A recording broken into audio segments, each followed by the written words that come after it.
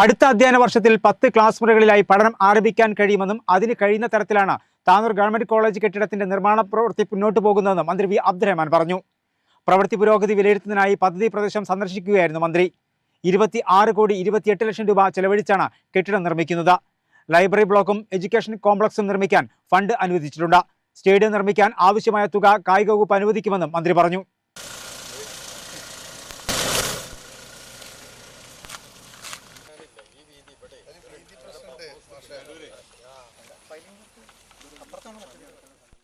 ഭൂമി ഏറ്റെടുക്കലടക്കം ഉയർന്ന പ്രതിബന്ധങ്ങളെ തരണം ചെയ്താണ് കോളേജ് കെട്ടിട നിർമ്മാണം ആരംഭിച്ചത്. ഉന്നത വിദ്യാഭ്യാസ വകുപ്പ് മന്ത്രി ആർ ബിന്ദുവാണ് പ്രവൃത്തി ഉദ്ഘാടനം ചെയ്തത്. സ്ഥലം ഏറ്റെടുക്കാനുള്ള 6.9 കോടി ഉൾപ്പെടെ 26.28 കോടി രൂപ കിഫ്ബി ഫണ്ടിൽ വിനിയോഗിച്ചാണ് കോളേജിന് പുതിയ കെട്ടിടം ഉയർന്നത്. 5.4 ഏക്കർ ഭൂമിയിൽ വിശദമായ മാസ്റ്റർ പ്ലാൻ അടിസ്ഥാനമാക്കിയാണ് നിർമ്മാണ പ്രവർത്തനങ്ങൾ നടക്കുന്നത്. തീരദേശ വികസന കോർപ്പറേഷന്റെ മേൽനോട്ടത്തിൽ ഊരാളുങ്കൽ സർവീസ് സൊസൈറ്റിയാണ് പ്രവൃത്തി ഏറ്റെടുത്തിരിക്കുന്നത്. ഉന്നത വിദ്യാഭ്യാസ വകുപ്പ് പ്ലാൻ ഫണ്ടിൽ നിന്ന് അനുവദിച്ച 2.5 കോടി രൂപ വിനിയോഗിച്ചുകൊണ്ടുള്ള ചുറ്റുമതിൽ, ഗേറ്റ്, കുളനവീകരണം തുടങ്ങിയ പ്രവൃത്തികളും ഇതോടൊപ്പം നടക്കുന്നുണ്ട്.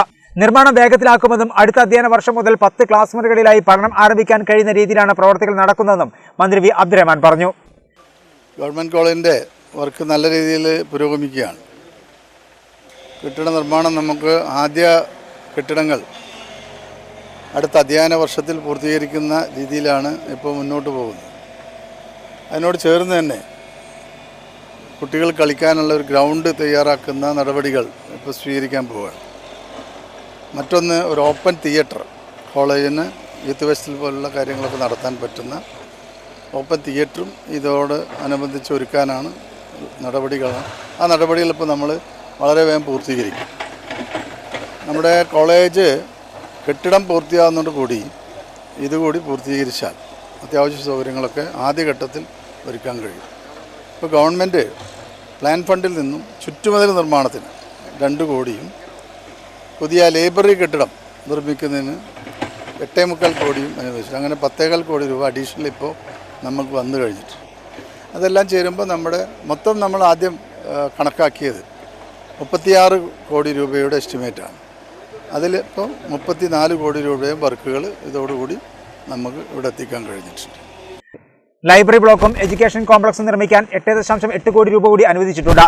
സ്റ്റേഡിയത്തിന് ആവശ്യമായ തുക കായിക വകുപ്പ് അനുവദിക്കുമെന്ന് മന്ത്രി പറഞ്ഞു.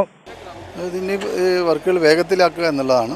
അത് ഏറ്റവും നല്ല രീതിയിൽ തന്നെ KSIDC അവർ ചെയ്യുന്നുണ്ട്. യൂരാലിങ്കൽ കോൺട്രാക്ടിംഗ് കമ്പനിയാണ് അതിൻ്റെ വർക്ക് നടത്തുന്നത്. അപ്പോൾ അതെല്ലാം തന്നെ വളരെ വേഗത്തിൽ ജോലികൾ പൂർത്തീകരിക്കുന്ന 2 ഏജൻസികളാണ്. ഇപ്പോൾ കേരള സ്പോർട്സ് ഫൗണ്ടേഷനാണ് ഇതിൻ്റെ ഗ്രൗണ്ടിൻ്റെ നിർമ്മാണ ചുമതല. അപ്പോൾ അവരതും നല്ല രീതിയിൽ തന്നെ നോക്കുന്നു.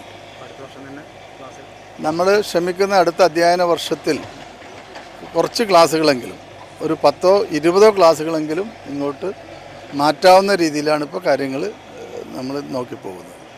പൂർണ്ണമായും ഹരിത പ്രോട്ടോകോൾ പാലിച്ചാണ് ക്യാമ്പസ് ഒരുക്കുന്നത്. കാലിക്കറ്റ് സർവകലാശാലയ്ക്ക് കീഴിലെ ആദ്യത്തെ ഗ്രീൻ പ്രോട്ടോകോൾ ക്യാമ്പസാകും താനൂർ ഗവൺമെന്റ് കോളേജ് എന്ന് മന്ത്രി പറഞ്ഞു.